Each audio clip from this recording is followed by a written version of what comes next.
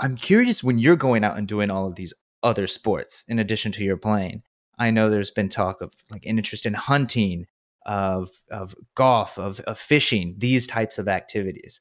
What specifically draws you to them? Do you like to approach them with that idea of mastery, like that same intensity you kind of bring to music? Or is this the getaway? I'm out in nature. It's okay to not become the best hunter or the best fisher. Like, how do you balance these uh, hobbies or other activities? Well, I must say, Trevor, that I'm enjoying all my hobbies and avocations immensely now. Whereas just a few years ago, I remember I didn't know what was going on with my own brain, but I was getting a ride home with one of my colleagues. And I was like, I was so like angry at myself and tortured. And I was like, why do I have to win or try to win my fantasy football championship every year? Why do I have to get a 15-point buck Yeah. every year? Why do I have to shoot under 75 in golf when I can't even break 90 most of Yeah. the time? Why do I have? And then I read this great book that Jane, my wife, gave me on the Enneagram.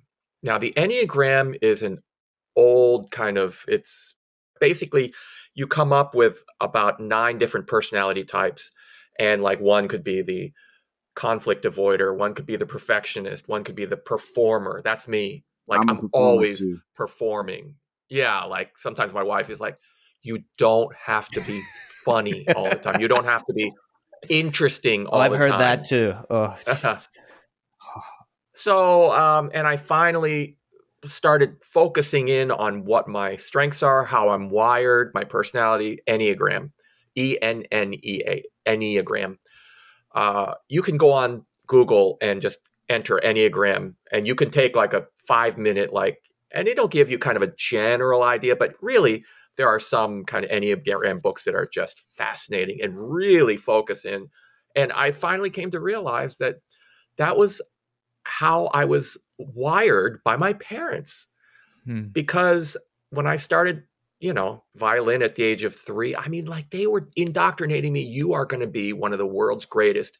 And like it was never good enough. So I felt like I have to be great at violin, not good, great, like world class. And unfortunately, that bleeds into everything else. So I have to be the best at everything else that I'm doing. And once I finally realized that, it freed me because I was like, wait a minute, I'm a lousy golfer and that's okay. Like Yeah. there are going to be entire seasons where I don't even get a deer, let alone a 17-point buck. And there are going to be times when I don't go out and don't catch a fish or don't get to pool for the biggest fish, like just all this crazy stuff. Yeah, so that's been a big journey for me. Mm. And I'd like to think I feel a little bit like it's kind of influenced my kids a little bit too, because they're being wiser and not as like, oh, I gotta get 4.0 and all that stuff, which makes me so sad.